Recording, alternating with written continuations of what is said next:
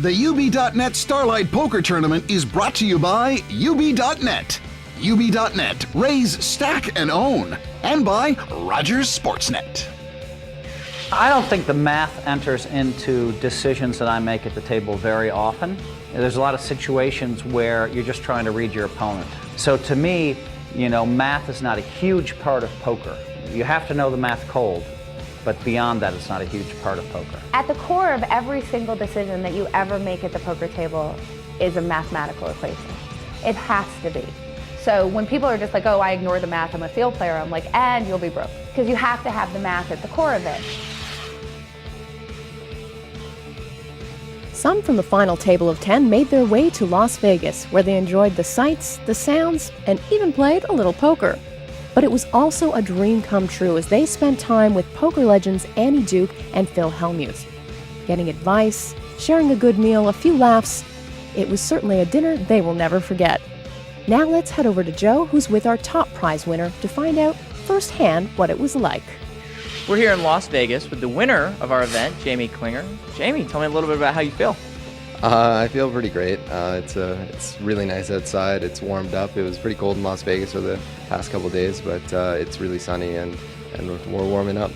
And let's talk a little bit about the actual tournament. Was there anything that you changed about your game coming in, knowing that you're going to be on television, obviously a lot more money at stake? Well, I actually had plans to try and see how many times I could say meow while in the tournament. I kind of forgot about that entirely, so I didn't say it at all. And was pretty silent. Usually I'm a little more talkative at the table, but I guess I was a little more camera shy. Well, it certainly sounds like it worked for you either way. Meow. And last question, it seems like you got some players to move into you when you had some pretty big hands. Was there anything that you had done to sort of gauge how they were going to play in those spots to make them play worse? Absolutely. There are just certain spots. For example, I flopped a set at one point, and it was a pretty drawy board. I knew there were a lot of cards that would be pretty ugly for me.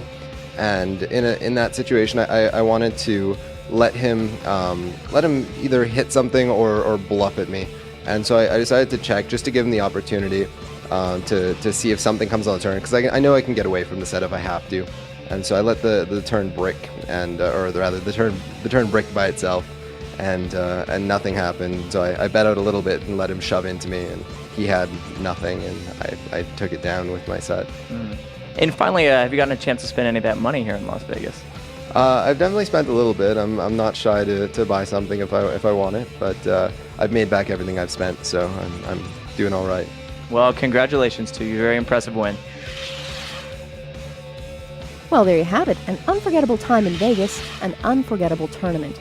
My thanks to Joe Seabach for his expert commentary, along with Annie Duke, Phil Hellmuth, and Ultimate Bet, and of course Snakes Poker. We also thank all of the poker players who came out to help the Starlight Children's Foundation. It's great to see poker giving back. I'm Tina Taggart. Thank you for watching. And remember, don't let a bad beat get you down.